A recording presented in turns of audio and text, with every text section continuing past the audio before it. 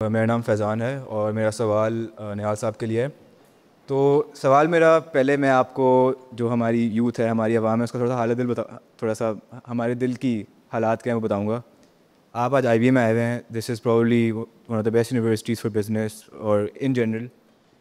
मैं तो चले शायद पाकिस्तान में रहूँ, I have some personal reasons, but आप यहाँ पे एक एक बच्चे के पास जाएंगे और पूछेंगे कि do you plan on living in Pakistan in the future और नॉट। 90% बच्चे आपको यहाँ पे बताएंगे कि नो वे। कि मतलब मैं कभी नहीं चाहूँगा कि मैं अपनी स्पेशली एक बेटी को पाकिस्तान में रेस करूँ, क्योंकि जो हमारे हालात हो गए हैं। और इन जनरल मतलब मैं घर से आता हूँ, मैं एक फ़ोन लेके नहीं आ सकता, मैं 2 लेके आता हूँ, कहीं चोर बाबा ना आ जाए, फ़ोन ना ले जाए मेरा कहीं पे। तो आएगा तो दोनों लेके जाएगा। एक छुपा देता हूँ ना नीचे। अच्छा छुपा एक करना पड़ता है ना ऐसी चीज़ें। तो सवाल मेरा ये है कि देखें, आप लोगों से हमें एक बात करते हैं कि 24 में ये धांधली हुई, जस्टिफिकेशन हमें ये मिलती है 18 में भी तो हुई। तो पॉइंट मेरा ये है, 2 wrongs don't make a right. तो क्या आप पाकिस्तान की यूथ को क्या कहना चाहेंगे कि अगर आपको लगता है कि इसी पेस से पाकिस्तान तरक्की करेगी, तो मैं आपको लिख के कह सकता हूँ कि the educated population of Pakistan will not be in Pakistan in the next may be 5 years। मैं ग्रेजुएट हो रहा हूँ अभी 3 महीने में, साथ में मेरे ये लोग मैक्सिमम 4 साल में ग्रेजुएट हो जाएंगे। तो उसके हवाले से is there any hope for Pakistan, या इसी तरह चीज़ें चलती रहेंगी? निहाल साहब, आप इन्हें पाकिस्तान छोड़ने से रोकें। बहुत अच्छा सवाल है, बहुत ही अच्छा सवाल है। आज से 22 साल बाद आज से ठीक 22 साल बाद पाकिस्तान अब अपना 7 साल आज़ादी का जन्मदिन मना रहा होगा। उस वक्त आप में से बेशतर लोग इस जगह पे बैठे होंगे, इस साइड पे। बहुत सारे लोग आप में से मंसूर के जगह खड़े होंगे, बहुत सारे लोग कहीं MD होंगे, चेयरमैन होंगे, DC होंगे, कमिश्नर होंगे। पाकिस्तान अब आपका है। फैसला आपने करना है कि पाकिस्तान को आप कैसे लेके आगे जाएंगे। कोई बाहर से आके हमें नहीं बदलेगा। सर 22 साल में वो रेमिटेंस भेज रहे होंगे, यहाँ नहीं होंगे। पूछ लें, will you be here in 22 years? अगर आप यहाँ नहीं होंगे तो फिर यहाँ की बात ना करें, और जो होंगे वही यहाँ की बात करें। अगर आप नहीं होंगे तो फिर ना करें बात। स्पेन में एक हाकिम था फर्डिनेंड, उसने क्या किया, और जहां कि वहाँ मुसलमानों को होंगे, मुसलमानों से हुकूमत ली, और यहूदियों और मुसलमानों को जो वहाँ पे आर्किटेक्चर, साइंस, टेक्नोलॉजी में उस ज़माने में और तिब में काम कर रहे थे, उन सबको निकाल दिया। तो उस्मानी खलीफा थे सुल्तान बायज़ीद यल्दरम, वो उन्होंने कहा कि हम दरवाजे खोलते हैं, और वो उस वक्त उस ज़माने में लाखों लोगों को उसने सुल्तानत उस्मानिया में आबाद किया।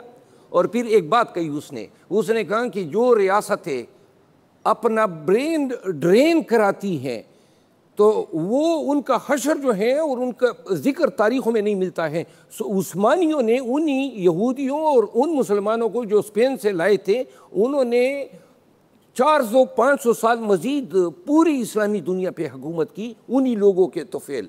ये पाकिस्तान कड़ा, आप हमारा मुस्तकबिल हैं। और अगर आप लोगों का ज़हन आज से ये बना हुआ है कि हमने पाकिस्तान छोड़ के जाना है, हम कोई अच्छा पाकिस्तान आपको नहीं छोड़ के जा रहे हैं, लेकिन एक उम्मीद हमने ज़रूर बनानी है और रखनी है, कर्ज़ से निजात दिलाना है। और ये जो आज बातें हम कर रहे हैं कि पाकिस्तान का सारा निज़ाम, सारे मसाइल जो हैं वो तभी हल हो सकते हैं जब पाकिस्तानी सियासतदान जो हैं वो ये फ़ैसला करें कि हमने अपना कंधा कभी इस्टेब्लिशमेंट को नहीं देना है। मेहरबानी साहब।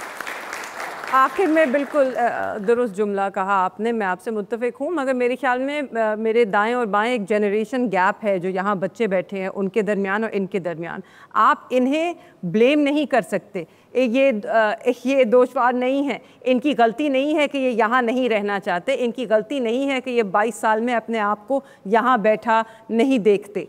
इसमें सबसे बड़ा किरदार जो है वो उन सारी सियासी जमातों का, उन सारे इदारों का जिसके अंदर अदलिया, जिसके अंदर मीडिया, जिसके अंदर आपकी इस्टेब्लिशमेंट, आपकी इंटेलिजेंसिया, ये सब इदारे इसमें आते हैं। They have collectively let the people of Pakistan down, they have collectively let this generation down. क्योंकि एक second, I just want to continue, बिल्कुल दुरुस्त बात की है, बिकॉज मैं खुद I am an 80s child, right?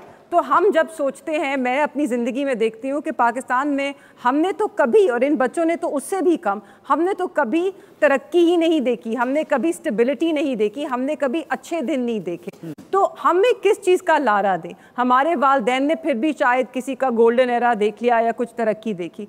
तो अगर हम चाहते हैं कि ये बच्चे यहाँ रहें, यहाँ अपना मुस्तकबिल ढूंढें, तलाश करें और देख सकें, उसके लिए जो एक बात हुई हार्ड स्टेट की, हार्ड स्टेट क्या होती है? एक ऐसी रियासत जहाँ पर रूल ऑफ लॉ हो, जहाँ पे इंस्टीट्यूशंस मजबूत हों, जहाँ पे कवानीन और आइन के तहत फैसले हों, जहाँ पर मेरिट हो। तो फिर वो वाली हार्ड स्टेट बनाएं, ये वाली नहीं जो सोशल मीडिया के बच्चों को डिजिटल दहशतगर्द कहती है, जो लोगों के घरों में घुस के वारंट बगैर उन्हें उठा लेती है। वो वाली रियासत नहीं जो लोगों को MPO के तहत बंद कर देती है क्योंकि उनके पास कोई FIR की चार्ज नहीं बनती। मैं आपसे कहना चाहता हूं, आप खुशकिस्मत हैं, आप खुशहाल हैं, आप साहिब हैसियत हैं। आपके दादा जिन्होंने पाकिस्तान जद्दोजहद में, और हमारी नस्लें, हम जब मैं पढ़ता था तो पैदल जाते थे, वो फैसिलिटीज नहीं था।